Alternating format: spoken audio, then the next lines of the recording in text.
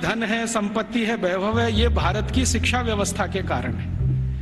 तो कोई सांसद पूछ लेता है कि अच्छा बताओ भारत की शिक्षा व्यवस्था कैसी है, तो कहता है कि भारत की शिक्षा व्यवस्था में सबसे पहला सत्य ये है कि यहां निरक्षरता नहीं है, माने लिटरेसी कंप्लीट। तो उसको पूछा गया क्या संपूर्ण भारत में एक जैसा है, तो कहता है दक्षिण भारत में लिटरेसी 100% है। दक्षिण भारत का माने कर्नाटक, आंध्र प्रदेश, तमिलनाडु, केरल। तो कहता है दक्षिण में तो 100% है, पश्चिम भारत में 98% है, 98% है, उत्तर भारत में लगभग 82% के आसपास है, मध्य भारत और बचे हुए भारत में लगभग 87% के आसपास है। तो मैं कह सकता हूं कि लगभग भारत साक्षर है। उसी समय एक दूसरा सांसद खड़ा होकर पूछता है कि अच्छा आप ये बता सकते हैं कि इंग्लैंड की स्थिति क्या है।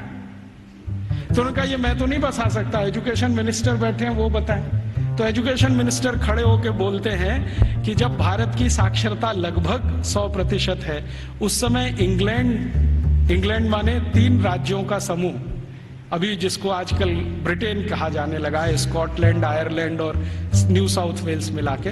तो वो कहते हैं कि ये जो 3 राज्यों का समूह है जिसको ब्रिटेन कहा जाता है, इसमें कुल साक्षरता 17% भी नहीं है। 17% भी नहीं है। 17% माने 17। तो फिर पूछ रहे हैं कि भाई कारण क्या है इसका, भारत में इतनी साक्षरता और हमारे यहाँ कुछ भी नहीं। तो वो कह रहा है टीवी मैकॉले के इस समय भारत में 7,32,000 रेवेन्यू विलेजेस हैं, राजस्व वाले गांव। तो नॉन रेवेन्यू वाले, उसने कहा वो मुझे नहीं मालूम। वो कह रहा 7,32,000 राजस्व गांव हैं और ऐसा एक भी राजस्व गांव नहीं है जहां पर स्कूल की व्यवस्था नहीं है। तो फिर उसको प्रश्न पूछा गया कि क्या भारत के लोग इसको स्कूल कहते हैं, तो उनका नहीं, मैंने कहा है स्कूल, भारत के लोग इसको गुरुकुल कहते हैं। उसने गुरुकुल को स्कूल में ट्रांसलेट किया है। बाद में वो कहता है कि शायद मेरे पास कोई शब्द नहीं है जो गुरुकुल के बराबर हो तो मैं स्कूल कहता हूं। तो हम ऐसा मान लें कि मैकॉले बोल रहा है 2 फरवरी 1835 को हाउस ऑफ कॉमन्स में कि भारत के 7,32,000 गांवों में कोई भी ऐसा गांव नहीं है जहां पर गुरुकुल ना हो। इसका अर्थ क्या है, हर गांव में एक गुरुकुल है। फिर उसको पूछा गया इस गुरुकुल में क्या होता है, तो उनका पढ़ते हैं। तो कितने विद्यार्थी हैं, तो उसने कहा सबसे बड़ा गुरुकुल मैंने देखा है वो 20,000 विद्यार्थियों का है, और जो सबसे छोटा गुरुकुल मैंने देखा है वो 200 विद्यार्थियों का है। माने जो गुरुकुलों के बड़े होने का अंदाजा हम लगाना चाहें तो 200 विद्यार्थियों से लेकर 20,000 विद्यार्थियों तक के गुरुकुल इस देश में चलते हैं 1835 के आसपास। फिर वो पूछ रहे हैं कि ये जो 20,000 विद्यार्थियों का गुरुकुल है इसकी व्यवस्था कैसे होती है, ये तो बहुत बड़े विद्यार्थियों का समूह है, कैसे पढ़ाते हैं, व्यवस्था कैसे होता है। तो वो कहता है कि भारत के इन सभी गुरुकुलों में मॉनिटोरियल एजुकेशन होती है। मॉनिटोरियल एजुकेशन का मतलब हम सब समझते हैं कि आचार्य ने किसी विद्यार्थी वर्ग को तैयार किया, मान लीजिए उसमें 50 विद्यार्थी। अब वो 50 विद्यार्थी अपने से नीचे वालों को पढ़ाएंगे और वो 50 विद्यार्थियों ने जिनको पढ़ाया वो उनसे अपने नीचे वालों को पढ़ाएंगे। तो वो कहते हैं कि एक आचार्य अगर है और उसके साथ 50-60 विद्यार्थियों का समूह है जिनको वो नियमित रूप से पढ़ाते हैं, तो वो 20,000 विद्यार्थियों का गुरुकुल आराम से संभालते हैं। और उसने परिभाषा दिया है कि जो आचार्य 20,000 विद्यार्थियों के गुरुकुल को संभालते हैं उनको भारत में कुलपति कहा जाता है। कुलपति माने 20,000 विद्यार्थियों के समूह की शिक्षा व्यवस्था करवाने वाला व्यक्ति, उसको कुलपति कहा जाता है। फिर उसको पूछा गया है कि ये जो गुरुकुल चलते हैं इनमें विद्यार्थी हैं वो किस वर्ग के हैं, तो वो कहता है कि भारत के नागरिक 4 वर्णों की बात करते हैं, ब्राह्मण, क्षत्रिय, वैश्य और शूद्र। तो वो कहता है कि ये सभी विद्यार्थी इन समूहों में से आते हैं। तो एक अंग्रेज उसको पूछ रहा है कि हमने तो कभी सुना था कि भारत में ज्यादा शिक्षा ब्राह्मणों के लिए है। वो कहता है नहीं, दस्तावेज बताते हैं कि ब्राह्मणों के लिए भी शिक्षा है, वैश्यों के लिए भी है, क्षत्रियों के लिए भी है और शूद्रों के लिए भी है। तो फिर उसको पूछ रहे हैं कि क्या तुम परसेंटेज में ये बता सकते हो कि ब्राह्मण कितने हैं, वैश्य कितने हैं, क्षत्रिय कितने हैं, शूद्र कितने हैं। तो वो कहता है कि दक्षिण भारत के जितने गुरुकुल हैं उनमें शूद्रों की संख्या सबसे ज्यादा है, और पश्चिम भारत के जितने गुरुकुल हैं उनमें वैश्यों और ब्राह्मणों की संख्या लगभग बराबर है, और उत्तर भारत के जितने गुरुकुल हैं उनमें सबसे ज्यादा संख्या क्षत्रियों की है, और बाकी जो 3 हैं ब्राह्मण, वैश्य और शूद्र, ये लगभग बराबर हैं, और मध्य भारत में लगभग सब बराबर है। तो कुछ लोग चौंक जाते हैं, वो ये कहते हैं ये कैसे संभव है कि शूद्रों की संख्या दक्षिण भारत के गुरुकुलों में सबसे ज्यादा है। तो वो कहता है शूद्रों की ही नहीं, दक्षिण भारत के गुरुकुलों में महिलाओं की संख्या, लड़कियों की संख्या भी सबसे ज्यादा है। तो वो एक उत्तर दे रहा है प्रश्न का, जिसमें वो बोल रहा है कि दक्षिण भारत के गुरुकुलों में लगभग 58% लड़कियां हैं और 42% लड़के हैं। तो फिर उसको पूछा गया ये कैसे संभव हो रहा है भारत में। तो कहता है कि इट क्वाइट नेचुरल, ये स्वाभाविक है, क्योंकि दक्षिण भारत में महिलाओं की संख्या, लड़कियों की संख्या लड़कों से ज्यादा है। और वो कह रहा है वैसे तो भारत में सभी जगह लड़कियों की संख्या लड़कों से ज्यादा है, और आप जानते हैं कि 1881 में अंग्रेजों ने जब पहला सेंसस कराया, पहला जनसंख्या सर्वेक्षण कराया, तो उसमें भी रेशियो यही निकलता है, महिलाएं लगभग 53% हैं और 47% पुरुष हैं। तो वो कह रहा है कि गुरुकुलों में दक्षिण में लड़कियां बहुत ज्यादा पढ़ती हैं। फिर वो पूछ रहा है कि इन लड़कियों को पढ़ाने के लिए जो अध्यापक हैं, तो वो कहता है कि वो सब महिलाएं ही हैं। लड़कों को पढ़ाने के लिए पुरुष हैं, लड़कियों को पढ़ाने के लिए महिलाएं हैं। तो फिर उससे पूछा जा रहा है कि ये जो अध्यापक पढ़ाते हैं इनके लिए कोई ट्रेनिंग सेंटर है क्या।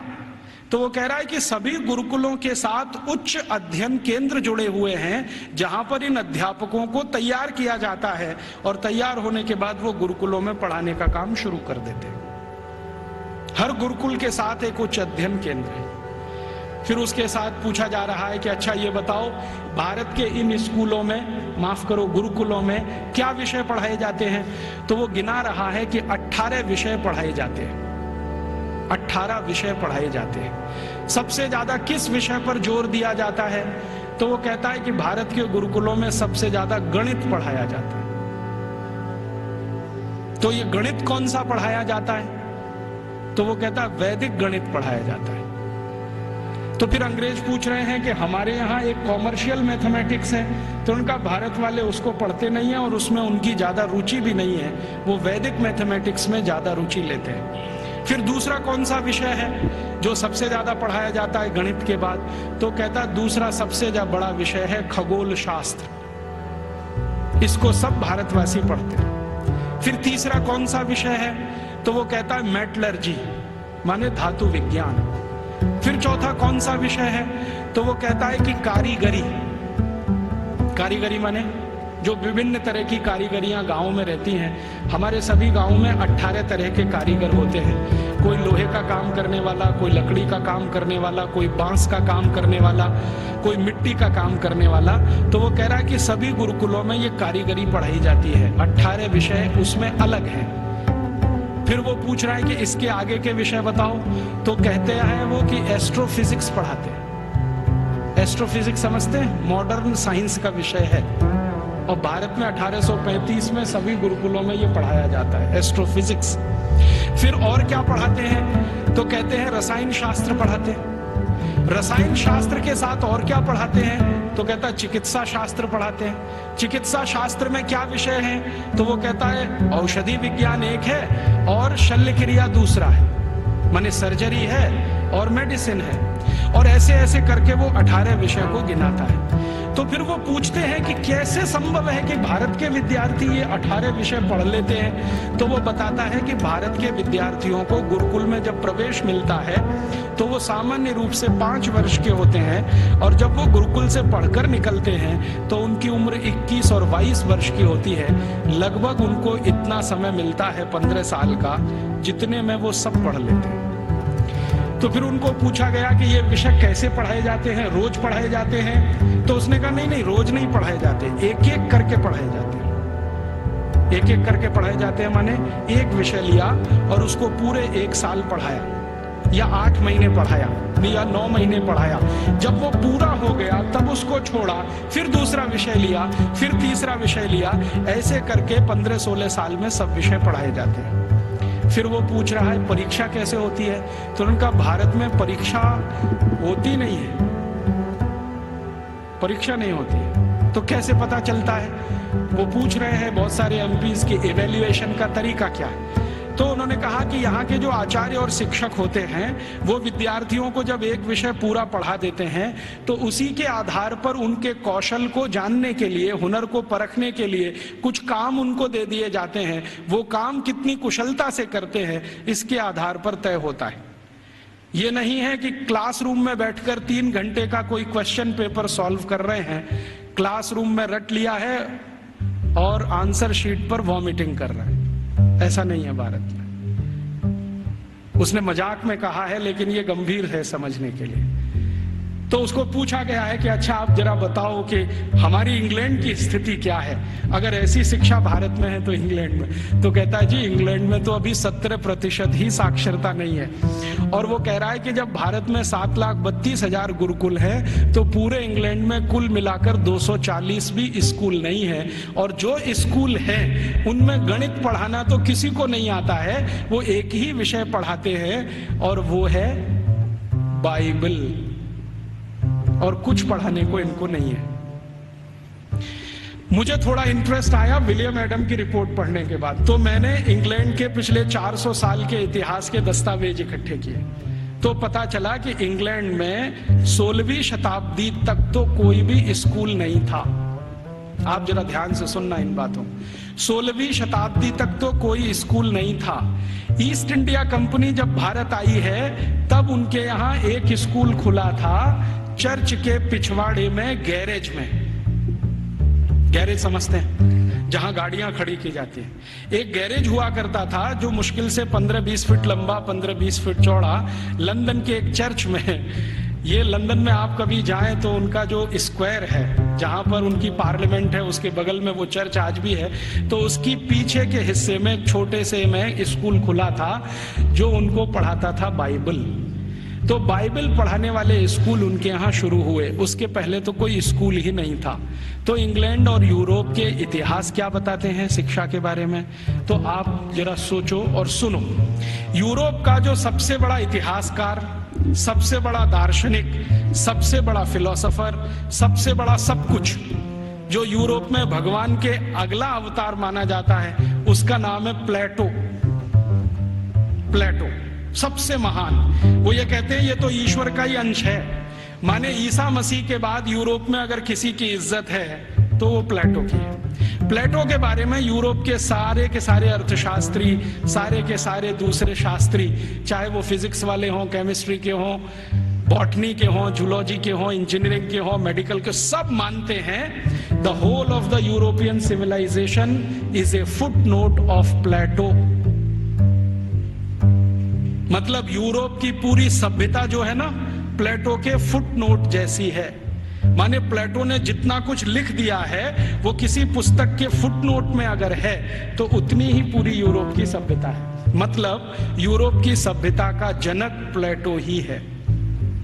प्लेटो ने अपनी जिंदगी में कई महत्वपूर्ण पुस्तकें लिखी हैं, उनमें से 2 का जिक्र करता हूं। एक पुस्तक उसकी जो दुनिया में सबसे ज्यादा चर्चित हुई है, द रिपब्लिक, गणतंत्र, और दूसरी पुस्तक जो बहुत चर्चित है पूरी दुनिया में, लॉज, LAWS, लॉज। ये 2 किताबें प्लेटो की सारी दुनिया में सबसे ज्यादा पढ़ाई जाती हैं, बहुत चर्चा होती है। द रिपब्लिक में प्लेटो लिखता है कि शिक्षा की जरूरत सभी को नहीं होती।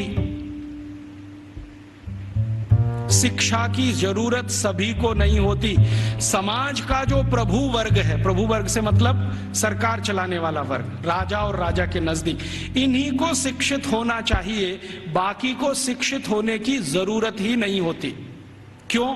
तो वो कहता है कि राजा और राजा के नजदीक का जो वर्ग है उसको आदेश देना है, बाकी को तो सब उस आदेश का पालन करना है। तो जो आदेश के पालन करता है उनको शिक्षित होने की क्या जरूरत है?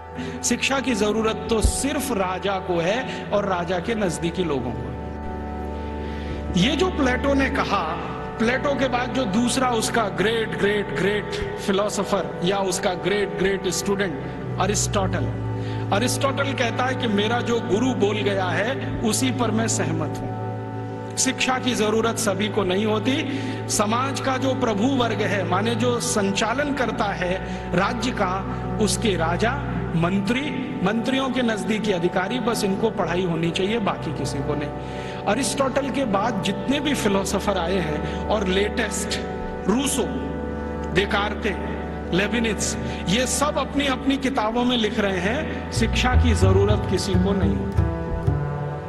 अगर जरूरत है तो थोड़ा राजा को है। माने यूरोप में प्लेटो के समय से चली हुई विचारधारा आज 18वीं शताब्दी के सभी दार्शनिकों तक सतत चली आई है। शिक्षा सबके लिए नहीं है, सिर्फ राजा के लिए और प्रजा के लिए।